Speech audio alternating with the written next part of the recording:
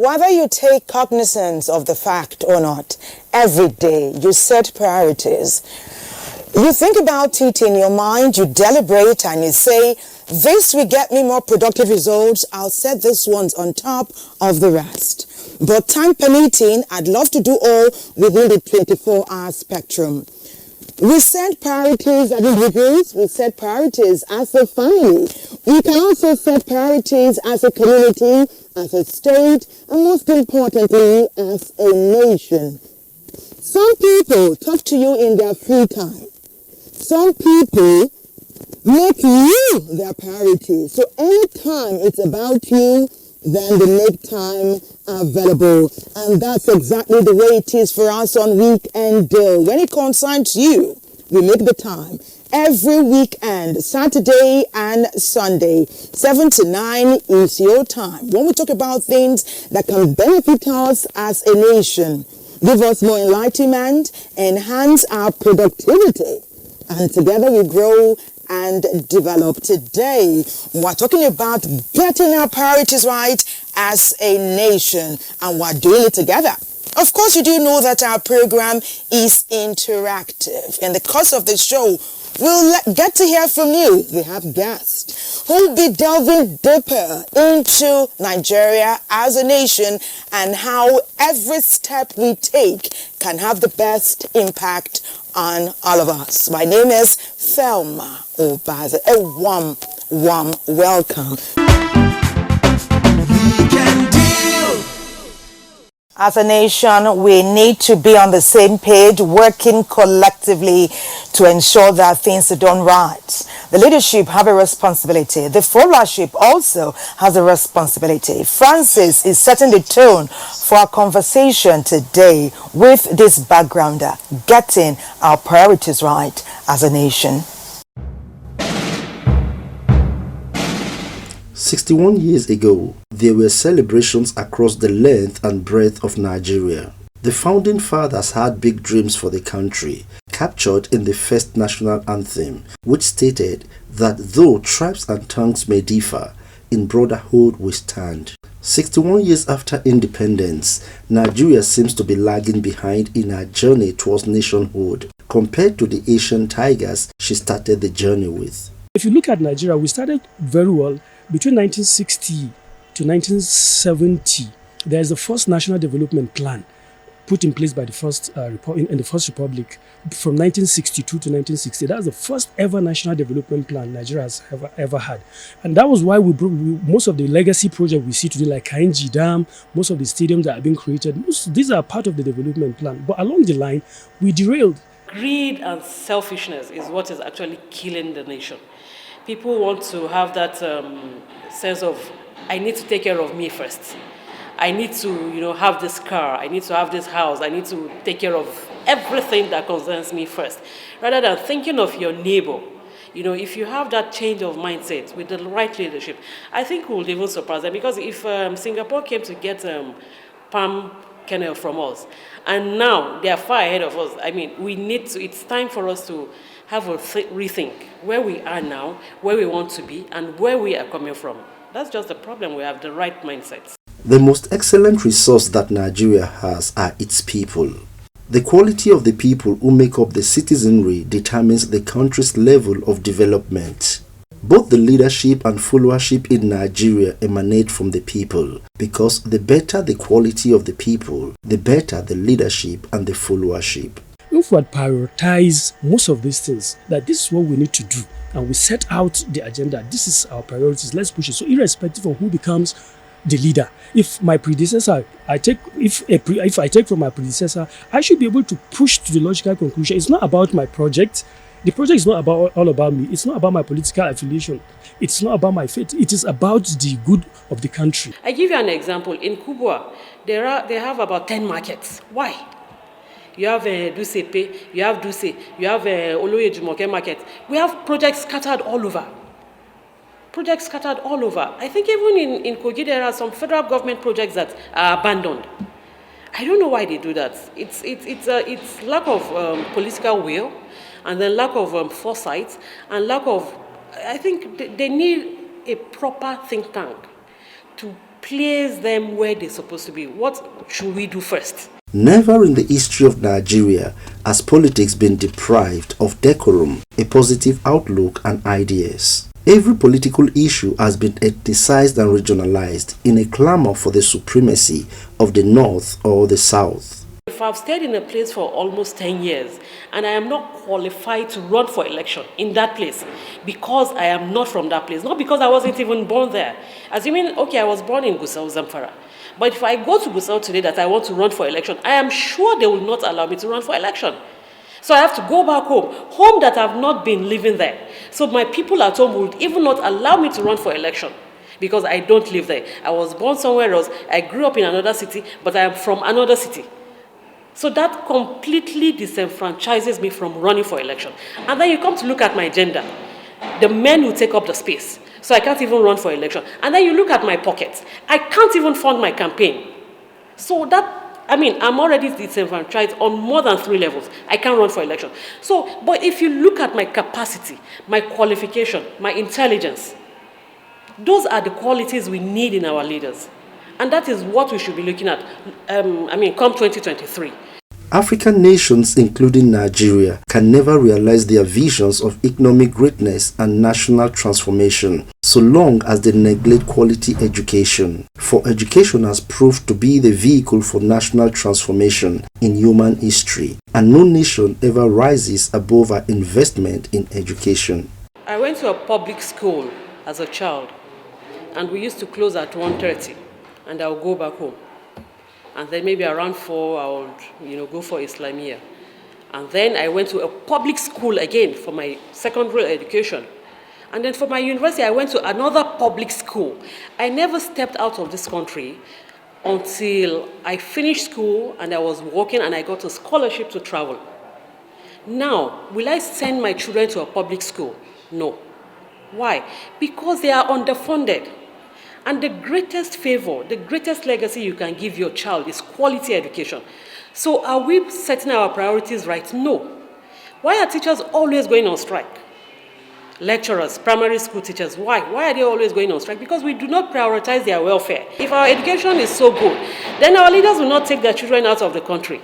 The time for the blame game is over, and a paradigm shift in thinking, policies and action is needed across all sectors of the country to put Nigeria on the path to recovery. So people should be able not to depend solely on government alone, because government cannot provide jobs for everybody. But once government can provide a conducive atmosphere, like in terms of intervention, in terms of loans, in terms of support, in terms of power, there are a lot of people, artisans, business-minded people with a whole lot of talents. They could just go around, create jobs for themselves.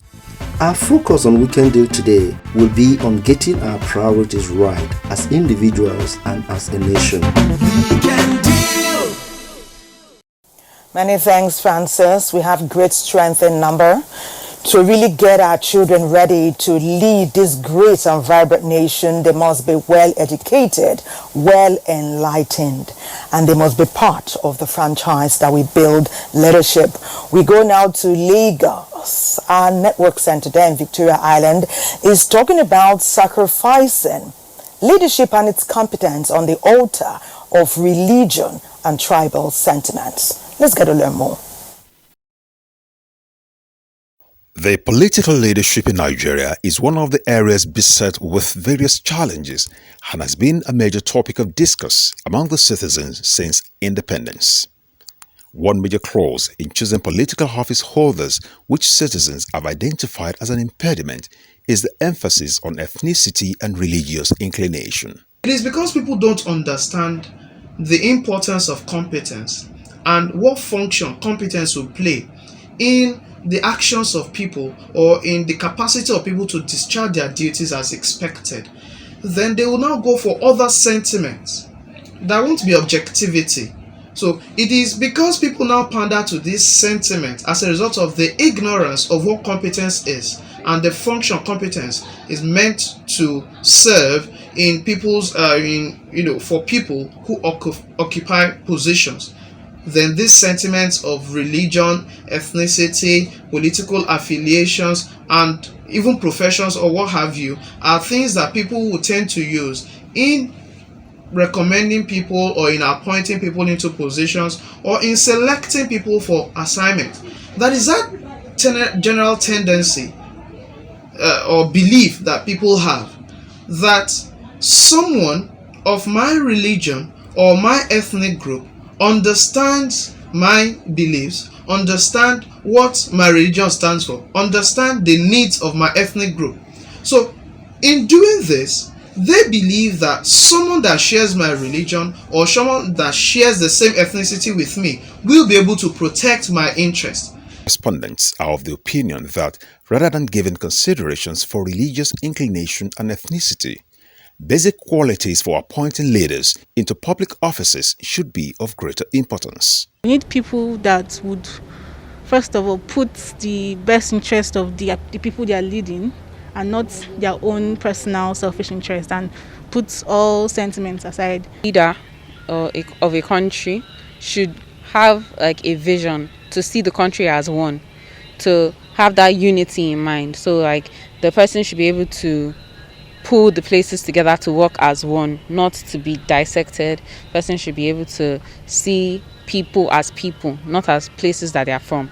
You're supposed to, one is sharing anything, with doing anything, everything's supposed to come together as one. You do for where you come from. You also would have the other side of it, because those ones also voted. You see everybody as one. You carry everybody along. Moving forward, many are of the opinion that the citizens and the government alike have different roles to play in achieving a country we all can be proud of. We as the followers on our part, it is our duty to try to cooperate with the leader so that as they are doing their best, us too will be doing our own, so that what they actually are trying to achieve will actually like come to light. Not if they're trying to keep us together, one group or one region will be trying so hard to foster disunity or whatever, or trying to come up with one agenda that is going to cause war or anything. We're supposed to try our best to maintain our unity and see each other as brothers, or at least one. An Hausa man is supposed to see a Yoruba man as his brother. As a Benin man, I'm supposed to see Yoruba man as my own brother. We're supposed to live as one. It is a general consensus that our diversity is a blessing and must be used to solidify our national unity.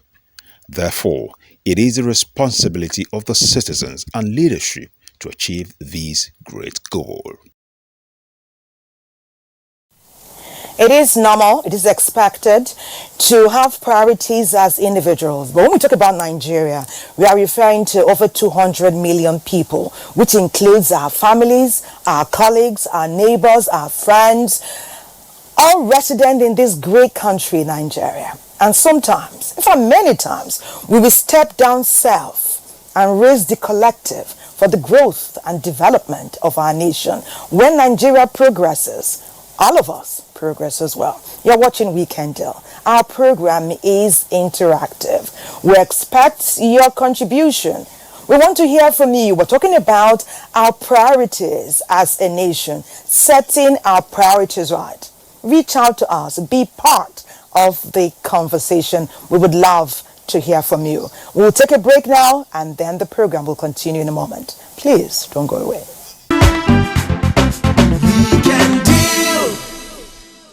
Getting our priorities right as a nation is our focus on Weekend Deal. Many thanks, Akinola Ololade. You're reaching us from Ilorin in Kwara State. You say if we want to get things right, we must have an attitudinal change. We must not be sentimental. You're watching Weekend Deal. Ayuba Tete was doing some investigation focused on abandoned projects. How do we relate abandoned projects to getting our priorities right as a nation? Ayuba, take it from here. As of August 2021, according to the Nigerian Institute of Quantity Surveyors, it has been revealed that Nigeria has amassed a staggering cost of 12 trillion naira in uncompleted projects. From state to federal projects that span across all facets, an estimate of 56,000 projects have been revealed to be abandoned altogether. Quite daunting figures, especially considering the struggling state of the economy at present. Every abandoned project is a lost opportunity.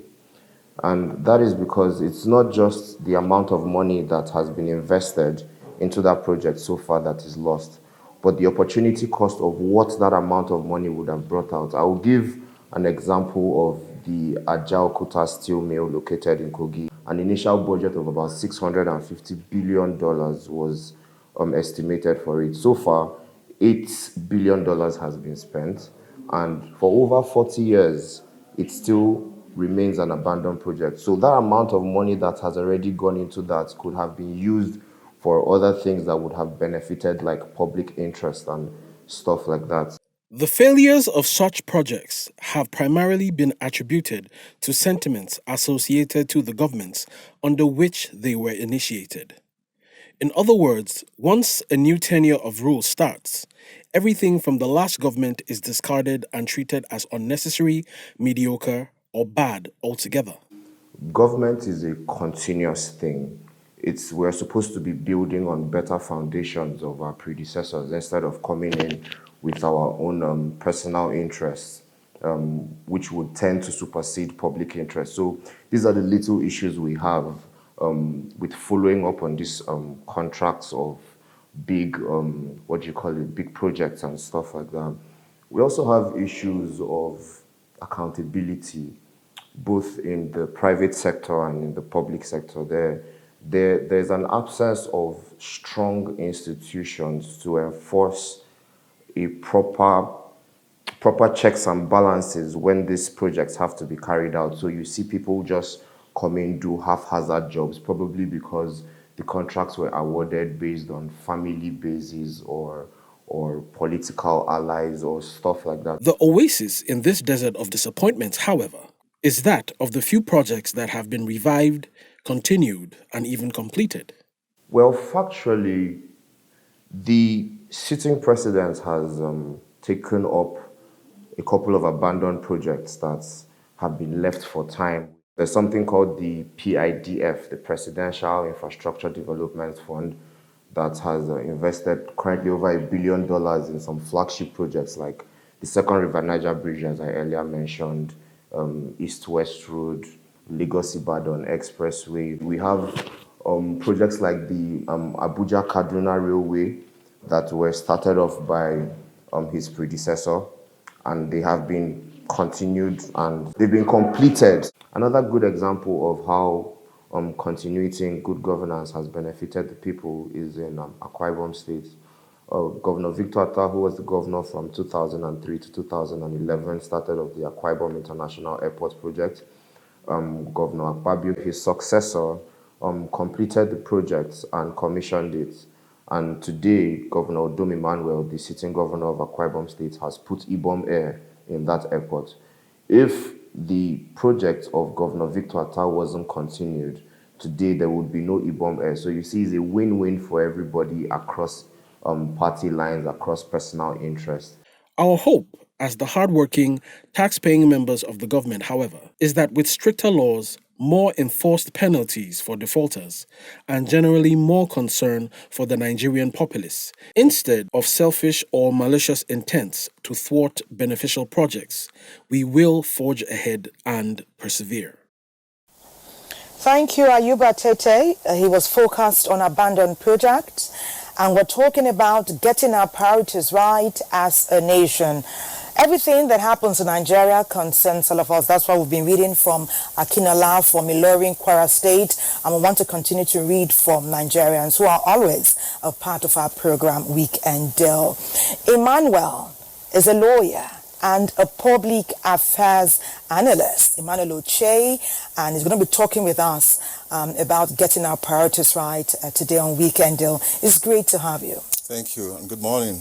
Great to be chatting with you about our great country, Nigeria. What concerns you, concerns me, concerns all of us. And if we get it right, everybody benefits. We're talking about getting our priorities right. And some time back, we got a package from Lagos, our network center over there in Victoria Island. And we're talking about sacrificing political leadership on the altar of tribe and religion. Where are we with that? It appears from all indications that leaders, political leaders, find favor in using those factors to divide the nation and to grab whatever they wanted to grab from Nigeria. Unfortunately, that appears to be what has been embellished in the minds of Nigeria now. If you are a corrupt leader and you come from a certain section of this country, those sections will see nothing wrong in supporting your corruption because they think this is their time to have a leader who will corruptly enrich himself and possibly benefit his immediate family and his community. But are there no times, Barry said just a moment there, are there no times where somebody can come from the same tribe as a mentor, the same religion, and get it right and be capable and have the ability? Doesn't that happen oftentimes as well? It does happen. It does happen, but it is just 5% of the total 100%. And so once that is the situation, we say we are not there. We are not where we need to be. And so when we have such people, and they are difficult to find, by the way, and the political leaders will not like to empower such person who will come out to show Nigerians that, first of all, I am in Nigeria, I am your brother, wherever you are, we need to build this country together. They are looking for those who will protect what I can describe as their selfish interest, empower such person to continue to protect that ethnic and selfish interest. And that will not help this nation. You have a chambers, do you? I do. If you were to go somewhere for quite some time, the way things are now, and you were to leave your chambers in somebody's care, somebody who will be honest, who will be diligent, among your staff or your colleagues, you must have people that maybe you are more comfortable with and you will prioritize their qualities. Would you say your own sentiments would be different from what we're sharing now? Is that totally a negative thing? It is not. When we talk about my chamber and my profession, it's a professional affair. I can only hand over my office or even appoint the head of chamber as someone who is professionally inclined, who knows the job and who can help to sustain the integrity which I have built over time in my practice of law. But in politics, it's a different ball game entirely. In leadership, let me even put it that way. It is only in Nigerian kind of leadership that you see people who are not qualified, who don't even have the qualification. Let me put it, the paper qualification, who don't even have it, growing from one very small position to the highest. And that would help us. Whether we like it or not, education has provided a platform for us to interact, socialize, and then embrace conventional practices. And all of those form part of our leadership acumen. How do we get our priorities right in that section, especially as we have established that education, quality education, is key to building leaders who can progress a nation like ours? The problem again is leadership problem. Most Nigerians who are in government today, who are in leadership positions today, went to public schools. They are good in their tech.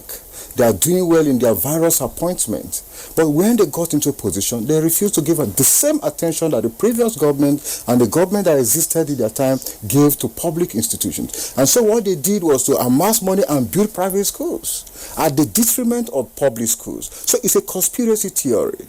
They are there, they are our leaders, they are not interested in what government is trying to do for the downtrodden, the average Nigerian who do not have enough resources to go to private schools. They are there, and they know these are the problems. There are a lot of white papers to support what they can do to ensure that our standard of education, public institutions come to at least a barest minimum, but they are not. Can They I are rather ask you a building question? private Can I ask schools. you a question, Barrister? Yes. Is it the government? Is it the people at the leadership level that are building the private schools? And also, I want to ask you, you say they are not concerned. Do you have it on good authority? Do you have it? Have you spoken to some of these leaders? As a lawyer, I who am tell you that they are courageous, bold, not, and I can call I don't names doubt if you it. permit me. No. This Before is you a call country, names, no, yes. just a minute. What I'm saying is, we're saying here that leaders are facilitating the upsurge of private schools because they want to devastate the public schools, which are in existence for those who cannot afford to pay sometimes the huge school fees for the private schools. Yes. What I'm asking is, do you have that as a fact? Have you gotten word from some leaders who say that is their position? Is there another way? If we want to say we want to set our priorities right, is there another angle we can take to move from the blame game to where we can grow and progress as a nation? Yes, on the first leg of your question, I have interacted with some of these leaders, and I can go on and call names of schools that are owned by our leaders, former senators, former permanent secretaries, former governors, and all of this. No low-income earner owns good school in this country. In fact, they don't own it. It is owned by the elite. And how did they get to that position? They were government officials. They have benefited from the government. And of course, it is the public school from where they benefited that gave them the opportunity to now amass wealth at the detriment of Nigerians. Now, taking the second cue of your question, yes, there are ways we can get out of this situation. One, we should change our orientation. Nigerians should believe that this is the only country they have, and whatever they do affect them inversely. If it does not affect you directly, it's going to affect somebody who is next to you, your next door neighbor, your brother, your sister elsewhere will be affected. Because if you refuse to provide opportunities for every Nigerian alike, one day the one you refuse to provide opportunity for will come for you. And all of these challenges we have is as a result of the inequitable distribution of this opportunity, which education is one of them. You talk about admission into university, there's something they call catchment areas, educationally less developed states. All of those does not provide quality standard of education for Nigeria. If you are going to school, go on merit. If you are qualified, be qualified to be admitted. And if you go there, you will show exactly what your intellectual acumen is up to. I've seen people who have the requirement for admission and they are not admitted because they are from certain XYZ states. Okay, before we finally stabilize at the tertiary level, I want to go back to the secondary, because I've come to find that the relationships we build at the primary and secondary level, more often than not, we keep them for life. I have friends I've had for 30 years, and I tell you, we have more in common than some friends were making maybe in the last 4 or 5 years. We are talking about, let's talk now, more action. If you are certain that the opinions you're sharing here today are accurate, that's one side of the story. But our focus is, how do we get it right? If teachers go on strike often, they are going to devastate and destabilize the quality of education that our children are getting in the public schools. So now there's a two-pronged question. How do we get our teachers to provide the education our children need to be great leaders of our vibrant country, Nigeria? Secondly, how do we get those students in those public schools to have a sense of belonging? Because in times past, like someone was saying earlier, many of us went to public schools. And I tell you, we can compete favorably with those that went to private schools in our time, as few as they were. So a sense of belonging for the students, because many of them have what it takes. And then the teachers, are they asking for too much? Well, in legal parlance, we say you cannot give what you don't have. The teacher cannot give what they have not been trained to give. Look at the kind of teachers we have today in the country. What training and retraining is government giving to them? What opportunity? I'm even talking about a psychological feeling that I am a teacher, I am proudly one, and I'm ready to show myself as a teacher anywhere. What kind of social acceptance is the public having for teachers? They are not trained. Each time they ask for their salaries, government appears to be reluctant in increasing their salaries. There is no welfare package for them, nothing. And these are the people who are expected to train future leaders. So the only way out is for government to consistently approve budgets to train, retrain, create opportunities for these people and give them favorable welfare, build quarters for them, allow them to have access to loan for cars, for housing and all of this. It affects their psyche when you provide very good opportunities for them. You see them doing their best. But today, how many teachers in secondary school or primary school are ready to come out to say, I am boldly, proudly a teacher? Some of them are even ashamed, or they are even teaching because they don't have alternative job. And unfortunately, it shouldn't be so. Elsewhere, teachers are very proud. In Canada, for instance, some of the best paid profession is teaching profession. Okay. Now, how will we get our public school graduates to come back and help the school? It's a simple thing. If you are able to attract good investment to the school, those who have graduated, who have left our public schools, they are all over. They don't have, unfortunately, in Nigeria, we don't have data or people who have left, especially in secondary schools and primary schools, we don't have in public schools. So you need to get and aggregate these people and ask for support. We have seen alma maters come together to say, look, we want to build XYZ for our school. And they are all over. People are willing to do. And so what I advise Nigerians to do, especially our leaders, is to ensure going forward that our school leavers are given the opportunity to at least make impact, promises of what they can do. They should go all out for them, asking them that these are the needs and these are what we want you to do. Many people, including myself, I am willing to go back to my school and do the bit that I can do. And give what you can, because sometimes there are different ways we can educate and enlighten our students. There can be mentorship of some sort. Of course. People coming to role play. Tell them what being a barrister is all about. I also went to public school. When I was in public school, we had what we call child mentorship. We call them Miss. She mentored me. Each time I was in school, she would come through the window, peep to be sure that I was actually concentrating. Weekends, she comes to the house to be sure that I am doing what I needed to do. And within 3 years, I saw in myself what I never knew I could be. Thank you, Barrister Emmanuel. Let me take a look at some of our messages. It's great to read from you. Sharifat Ladipo Hassan says, I think we need to move away from partisan politics and the idea of me, myself, and I alone. If this nation is to survive, people of integrity must be elected into office, and corruption and corrupt practices must be dealt with seriously. Thank you, Sharifat. Tony from Asaba in Delta State has reached us. Tony says the decay in our public institutions are caused by our leaders' inability to take the necessary needed action to stem the ugly tide of corruption in our system. It says education is a key factor in nation development, and all hands must be on deck to ensure that our education is of a quality and top-notch standards. Thank you, Tony from Asaba in Delta State. No, it resonates. It does. It does. It resonates. It resonates. Education is so key.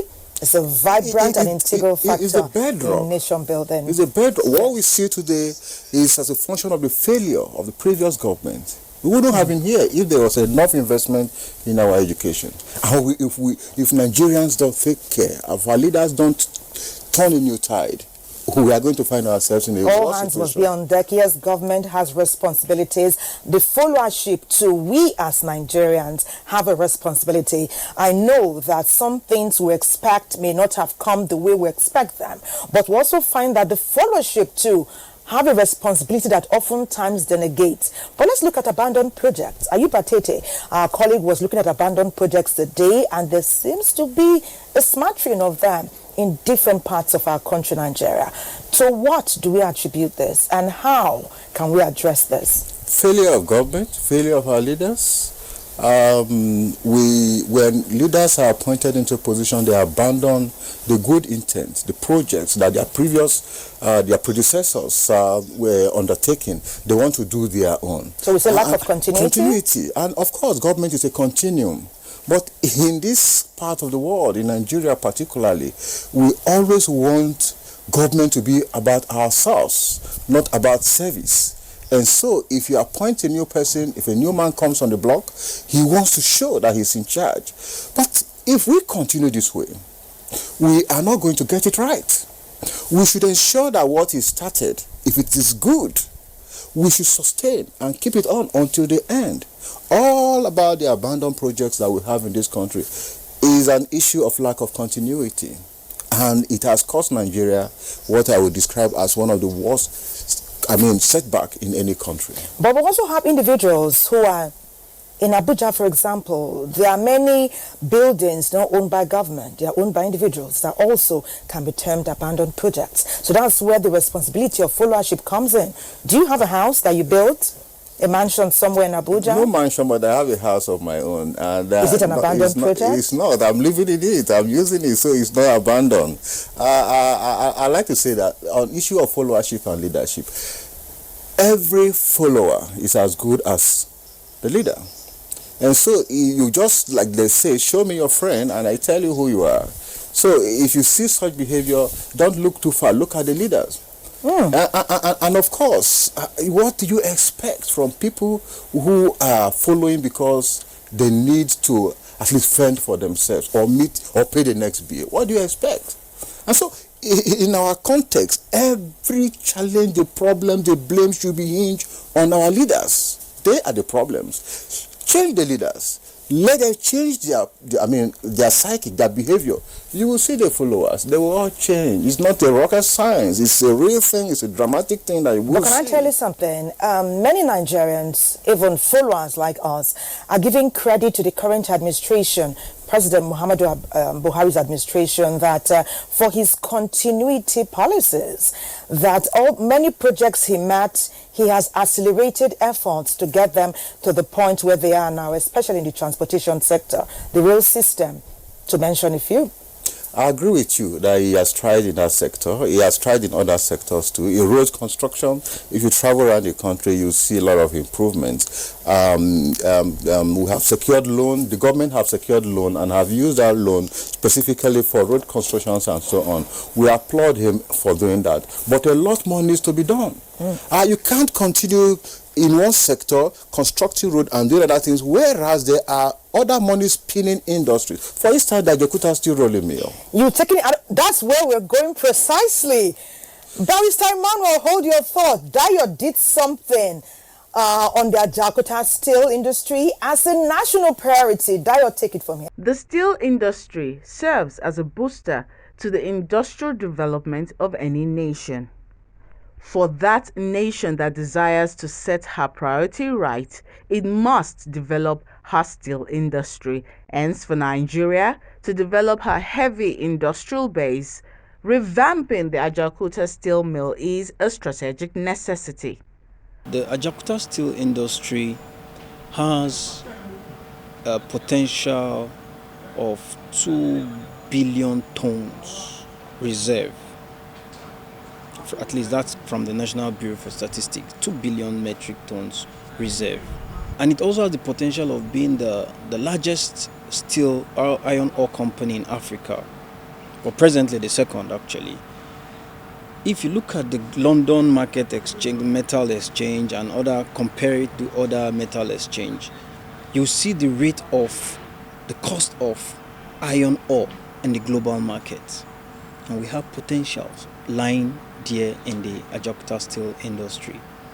Ajakuta steel mill was built on approximately 24,000 acres of land in Ajakuta, Kogi State. The project commenced in 1979, was mismanaged along the line, and remained uncompleted 42 years later. It's still in cumbersome because it's capital intensive, it's labor intensive, but if we can get it right, it is something that can rejuvenate or start up our Nigerian economy. especially when we are looking at diversification of our economy away from crude. If the steel industry had been completed, commissioned, and effectively operated over 42 years ago, as conceptualized in the vision of the initiators, Nigeria would have been a different country in terms of industrial and economic development today. President Muhammadu Buhari graciously has told the presidential committee to look into that company and see what are the real issues that is hindering the sector from developing. Now, if you look at the challenges, it's a huge problem, and it has a potential of turning around the Nigerian economy. If Nigeria desires to drop the toga of an underdeveloped economy for the industrialized, the steel mill must be made functional to effectively gain the multiplier effects in the nation's development and sustenance of agriculture, automobile, defense, healthcare, and virtually every other sector of the economy. Ajaokuta still is a recurring decimal. I know that for more than 4 or 5 years now, at least once a week you will hear of this industry, this company, and we hear of liquid steel. We hear 2017, 2018 they rolled out, they are working. Why are we still focused on it? Well, it is important that we focus on it because we are not getting what we expected to get from it. By the way, Nigerians will be surprised to know that this project was conceived in 1979. And within 4 years, by 1983, this project has reached 95% completion and was meant to commence operation immediately.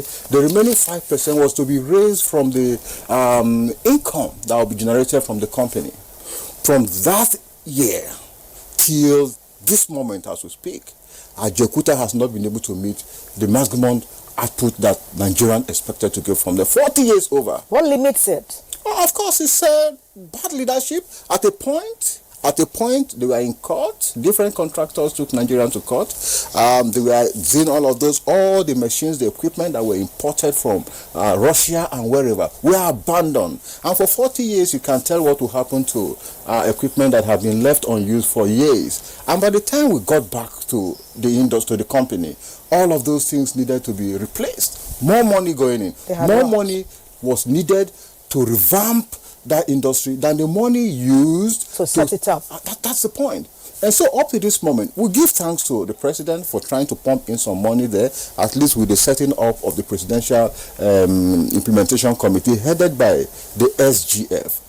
But up to this moment, as I speak, Ajaokuta Steel Rolling Mill has not been able to contribute meaningfully to the Nigerian economy. Actually, the intention of the president is to at least revamp that company to mitigate or even add to, create diversity, economic diversity. Which is what we're striving to do. Fantastic. But let's be very optimistic now. Barrister, let's think outside the box. Let's imagine Ajaokuta Steel Mill were rolling and performing at optimal capacity. What will we be yielding? Let me tell you. You will be shocked that many Nigerians will not be on the streets looking for jobs. That company is meant to provide well over 500,000 job opportunities for Nigeria. 500,000. And of course, if you look at the chain of provision, it means 500,000 can multiply itself to so many other hundreds of thousands. Because the artisan who provides services, the woman who cooks on the street for people to buy and eat, and every other thing in corresponding order. You talked about healthcare. Everything you can imagine. Everything, robot science and technology. Of course, the world, that is where the world is going to. And if we had gotten that right, that company would have even served as a research institution for scientists. And by today, we shouldn't be talking about people being kidnapped and then you can't find them. We would have gone to space. If you do anything wrong in a village, we can be in Abuja and be able to track you. But today, Nigeria, as large as it is, you just commit a crime in the next neighborhood and you disappear. It shouldn't be so. So Nigeria, we are missing out. The dreams, the essence of forming that company has not been met. Not even up to 5% of. You know, I was reading about it and I got to know the name. They say Ajaokuta means a market near a stone. I agree with Would you say the name, what it brings to memory, would have any reason to... Well, maybe what's the name? Maybe they need to go and consult with their gods. For me, a company can be cited anywhere, whether on the water. But not the location, the name. The name. Okay, the name has bearing with the location near a stone. Of course, because there are a lot of stones, there are a lot of rocks around. If you've been to Ajaokuta before, you find out that many years there are ago. Fantastic. There are a lot of rocks, at least limestone. You can find other mineral resources around that area. Great. Other minerals. So that's I phenomenal. think the name came from what the topography is. That is phenomenal. Yes. Give in summation, getting our priorities right as a nation. We have talked about many different areas. Let's put it all together. Well, for us, Nigerians, we need to change our orientation. We need to begin to think globally. We also need to start seeing this country as our only country. You may wish to travel to anywhere. You may wish to do other things anywhere. But this is where we belong. This is your only country. We should first see this country as our own, rather than see ourselves as the owner of this country. When we begin to show ownership, entitlement to this country, we begin to bully other people away. But whether we know it or not. But if we begin to show that we want to render our services to ensure that this country grows from where we are to where we want to be, then there will be community of services. And it is only by coming together with genuine content and interest that this country can get to where we need to be. Some of our fans have reached us. Let's say briefly. Tony is contributing again. Tony from Asaba. We read from him earlier. It says Nigeria followership is a loyal type. We follow whoever is in leadership, but we do not have the courage to question our leadership. Sometimes because of poverty. We follow because we want to feed our stomach. The moment we begin to ask some people at the helm of affairs questions and hold them accountable and responsible for actions taken, Nigeria will move many steps forward. Barrister, what is your take on that? That's true. The other day I watched on YouTube, a House of Representative member was chased from his community in Kano or so. I don't know his name. The electorate came together and said, "You have failed us." And when he came for him, they chased him, they stoned him. I mean, such reactionary tendency will make our leaders to sit up. Tell them, speak to that too power. Extreme, stoning? It is an expression of their anger. We don't elect you into a position and then you abandon us. You come to Abuja, you begin to buy houses, buy bullet. Unfortunately, for most of them, the moment they are elected, they change from using ordinary cars to bulletproof cars. Who are you afraid of? The same people that voted you into office have become your enemies. Reason being that within yourself, you know you are not doing well. And so, the moment followers begin to change their attitude towards blind followership, the leaders themselves will begin to ask themselves. And of course, because of the economic challenge in Nigeria, most followers tend to say every yes to every statement that every leader make to them. And one more message from Kwara State. They addressed you specifically. They said, Barrister Imar, the issue of abandoned projects is another way of corruption. How? They say, before we can move forward, let us imbibe the spirit of continuity. If the government is ready to continue with abandoned projects, we will record many more successes. Gowon Sani is reaching us from Kwara State. I have touched on that. Yes, I agree with him totally, because corruption, yes, it depends on the scale. We cannot rule out corruption as one of the reasons for, but who are those who have corrected it? It is the same people who are in position of privilege. It is not those who are helping themselves on the streets. They don't have access. Your last words, my last word again is that the president should please ensure that all the projects, he was there as a president in this country, there are things he initiated. I'm sure coming back again, he should have the opportunity to revamp, revitalize, and bring those things to life, and let there be job opportunities. Talk to the followership. The followership, change your mentality. You can live and exist and enjoy your life without necessarily saying yes to every statement from your leaders. And so I urge all of us, we are all followers in our different perspective, but however, let us learn to say at least what we don't want. Let us tell our leaders and let us ensure that they are able to do according to our desires. Thank you, Barrister Manuel Oche, public affairs analyst, lawyer, fair Nigerian. Thank you for coming to chat with us and enlightening us this morning. You're watching Weekend Deal, talking about getting our priorities right as a nation. A break beckons. We'll be right back. Please don't go away. Weekend Deal. You're watching Weekend Deal on the Nigerian Television Authority. Trending videos is next.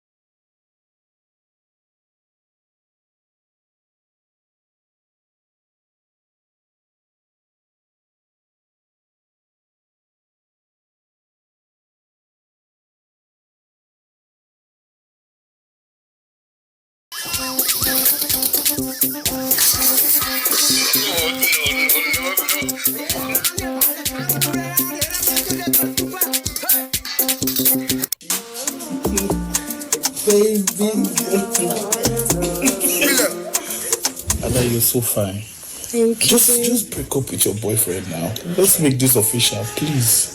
But I told you, just give us time. Or give me time. Be patient. See, it's more than what you see. His mom is involved. His dad is involved. His sister is involved. But you don't like him. Can't you just be patient with me? I don't you like the way I make you laugh? Chichi. No, I do. Just be patient. Oh yeah, I will be patient. And I will be patient.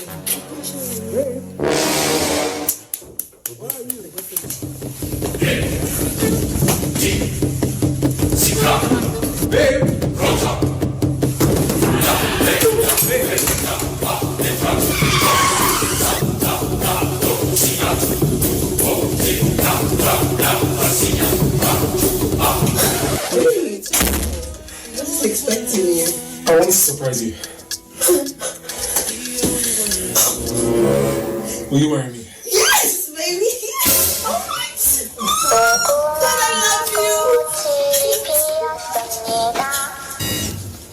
Okay, let's go call our parents.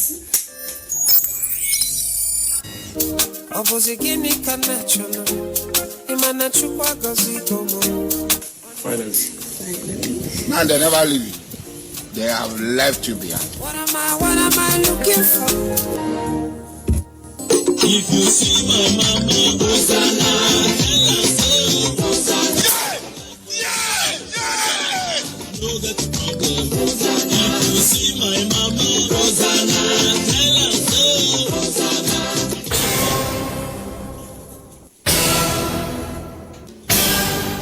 Excuse me, please. With the toilet.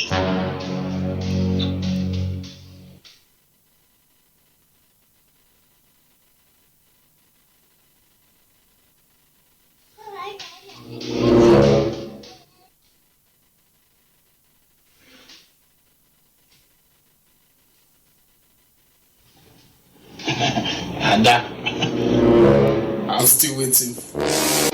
Very patient. I greet you. Good morning. Oh, good morning. Thank you, Wale and Akoni, for trending videos. Health Matters is next. You know you need health. Health first all the time.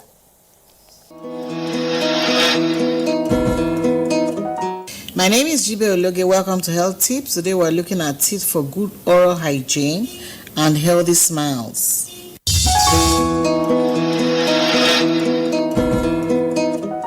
For you to tanda for this world, you gats know what's up, sabi wetin dey ground, then start to do your own. Get ginger to sabi every. Because when you fit see the different side of the world, anything dey possible. BBC News for Pidgin, make your life better.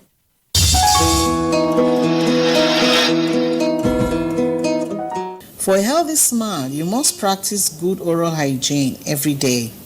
Brushing after meals, using mouthwash and flossing at least once per day helps to keep these disease-causing bacteria from reproducing in your mouth and causing tooth decay. And healthy diets that minimize sugary and starchy foods also helps to keep those bad bacteria under control. Where does tooth decay come from?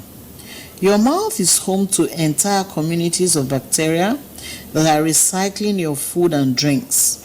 In the process, these bacteria can cause tooth decay in our mouths by feeding on the sugars in the foods and drinks that we consume to grow, then leaving behind the waste in the form of a biofilm known as dental plaque. This plaque allows all those little recyclers to stick around your teeth longer until eventually they make acids which wear down the tooth enamel and cause cavities. The bacteria in the plaque that forms near the gums also produce toxic products that enter the gum tissues, causing cavities. If untreated, it can cause bone and tissue loss around the teeth. Many of the foods you eat cause the bacteria in your mouth to produce acids. Sugary foods are obvious sources of plaque, and there are others that you might not realize can cause harm. Starches such as bread, crackers, and cereal also cause acids to form. The dental plaque created from bacteria also produce substances that irritate the gums, making them red, sensitive, and susceptible to bleeding. This can lead to gum disease, in which gums pull away from the teeth and form pockets that are filled with bacteria and pus.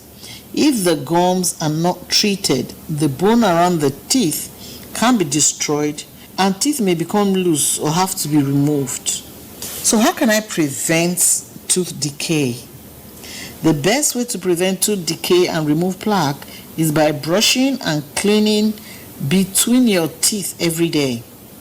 Brushing removes plaque from the tooth surfaces. Brush your teeth twice per day with a soft, brittle brush. The size and shape of your toothbrush should fit your mouth and allow you to reach all areas easily. Use an antimicrobial toothpaste containing fluoride, which helps prevent your teeth from decay. Clean between the teeth once a day. Dental cleaners to remove plaque from between the teeth where the toothbrush can't reach. Flossing is essential to prevent gum disease. It will interest you to know that tooth decay is actually an infectious disease. Thank you for listening to Health Tips. My name is Jibe Ologe. I want to catch you again next time on Health Tips. And it's a wrap from us on Weekend Deal. Getting our priorities right as a nation is truly advantageous to the over 200 million Nigerians that make up this nation if we lessen self and think more of the collective. What can I do for my neighbor? How can I align my goals and aspirations with that of good governance at all levels? To be a great leader, you must first excel as a fantastic, loyal follower. God indeed bless Nigeria. Join us again tomorrow morning for another exciting, enlightening package on Weekend Deal. Have a fantastic day. Bye-bye from all of us.